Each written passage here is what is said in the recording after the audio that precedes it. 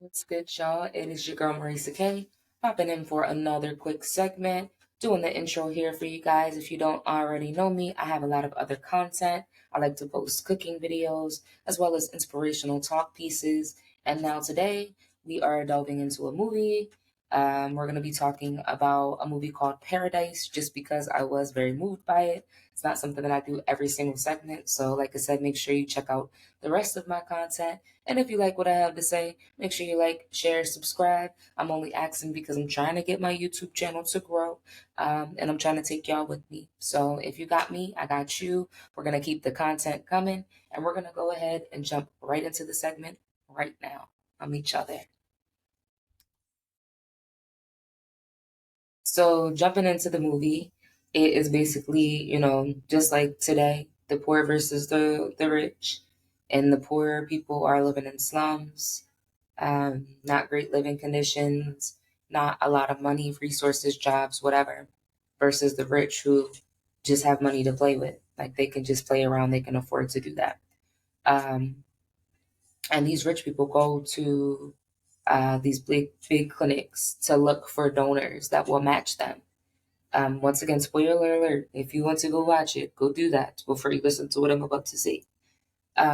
Anyway, so yeah, these people go to these clinics and they know that the people working at the clinic, the employees, are then going to go and find somebody who really doesn't have a lot of money because that's the only reason they're agreeing to do it in the first place. And so some of these people that they find are like literally underage people, and they're trying to get them to sell their youth, sell years of their life, or basically exchange. So they become older depending on how many years are taken. Um, and the other person becomes younger. So like obviously if you're 15 and you give like 5 years, you're only going to be 20. But if you're 15 and you give, let's say 30 years, like you're going to be 45 and look like you're 45. Like you'll go from being 15 to 45 like overnight. So, um, you know, a lot of people didn't understand like the long-term effects of it.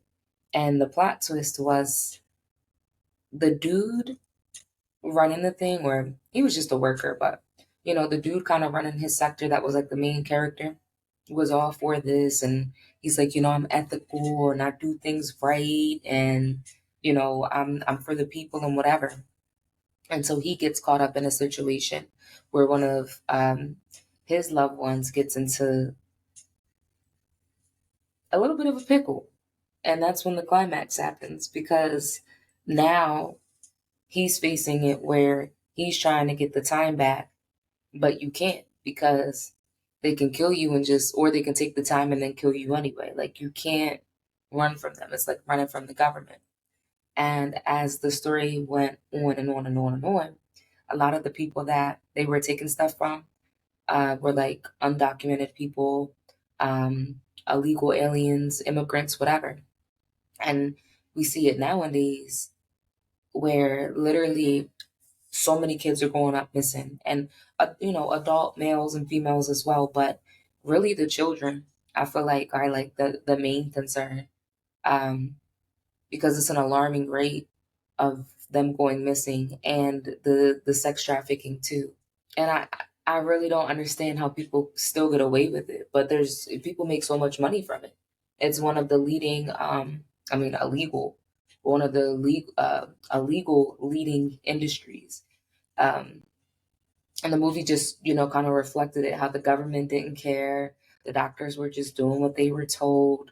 The poor people were just compromising their integrity and everything they knew to get to a quick check, giving away their life, their youth for a bunch of people that just wanted to stay young for as long as they could, and have more time with their families. So, you have the privileged, the rich, you have the poor, and then you have the middle class who somehow still seem to get screwed. And the dude who, like I said, is the main person, he's the employee, he's trying to get all these recruits and whatever. He ends up being screwed in the process too. And he never even saw it coming.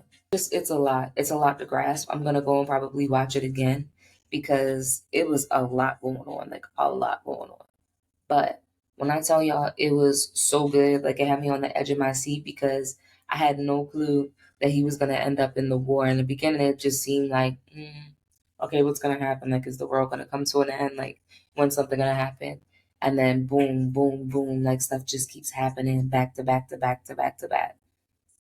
It went in. Like, y'all, I can't even describe to you enough how much this movie went in, and just touched on so many points that I think a lot of people would miss if they're not paying attention to what's going on in the world right now. Um, but yeah, I mean, they were just literally stealing people, taking their years, and it was nothing you could do about it. And once again, the rich just wanted to stay young and healthy, and they, had their communities far away. And then you have the people in squalor, basically, that would do anything to get an opportunity just to get their family out of the slums.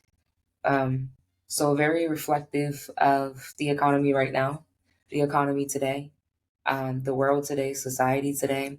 And like I said, I like movies that are relatable. I mean, obviously that's not anything that we face, but the the personalities, the connections, the suspense between what's going to happen to my loved one, like it was a really good plot, and like I said, just so relatable to what we're going through right now as individuals, where it's so hard and people are just trying to get ahead and make it to their next meal, and kids are getting trafficked, women are getting killed and hurt at an alarming rate, um then suicide at an alarming rate. So it is really a strange world that we live in. And it's just good to know that everything that's out there is not complete garbage. Because I feel like now, sidebar to this, everybody's trying to make stuff that's like a remake, and that's cool, but some stuff doesn't need to be remade. Like Jumanji, for example. I did actually enjoy the new Jumanji because it was cute, it was funny. Kevin Hart is funny in movies. The Rock and Kevin Hart together, they're like a duo. Like there's certain duos I love, like I don't know, Currency and Wiz Khalifa, or I don't know. I'm trying to think. But yeah, there's certain duos. So I was like, all right, it was cute, but like even Coming to America, like I was glad they made another one for the next generation, but the first one will always be the best one, period, point blank. Um, so I was just glad to see something that, even though yeah, got some familiar ideas and stuff, it's something new with actors and actresses that I've never seen. Everybody really played their role really well, and it was just super suspenseful. And I've been pretty bored of TV for a while, and I've been choosing to do like a lot of audiobooks and stuff like that because I can clean, drive, actually get chores done, and do things. So I've been enjoying a lot of those. But after this, I'm like, all right, let's see what else I can find. So that was a really, really, really good find. And then also, I'll probably do it in another segment, but I did watch a couple of Korean zombie movies on Netflix that were really good and interesting. Like the last one I just watched, I think it was called Zom 100 or Zoom Zom. It was corny. It had its moments, but it was cute, and it definitely reminded me of like watching an anime. Kind of reminds you of like a parody, like not Scary Movie, because Scary Movie is Scary Movie, but it definitely gave parody vibes. Like it was goofy, it was comical, and it was cute. I mean, it was a different take on a zombie movie. And then I also watched another one before that where they were like trapped in a high school, and I can't remember the name, but that one was really, really, really good. Um, and I mean, I watch all types of film, but now in particular, I want to go look at some more Korean films because the last couple that I've seen have been really good. Um, and I feel like, I don't know, Netflix has a pretty good variety. Like they have German, Polish, Russian, like, and they have all the captions and whatever. So I feel like they have some diversity there. But I'm just trying to be like, I guess, more mindful and open myself up to, different cultures and different types of movies and things like that. And I really liked it so far. So anyway, those are my two recommendations. But my number one recommendation, of course, is Paradise. Definitely check that out because, like I said, it is so relatable, Once you watch it, you're gonna be like, bruh, I gotta go back and watch this again. And if you don't really know what's going on right now, like you can just start by typing in the war on trafficking, or illegal trafficking, and you'll get led down the rabbit hole from there. um, but if you like the movie, if you actually went and watched it, let me know. Drop a comment in that comment section below.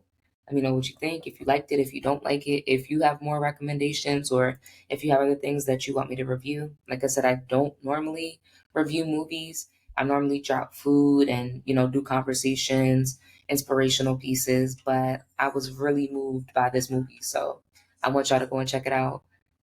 Make sure you like, share, subscribe, hit that notification bell below, and I'll catch y'all on the next one.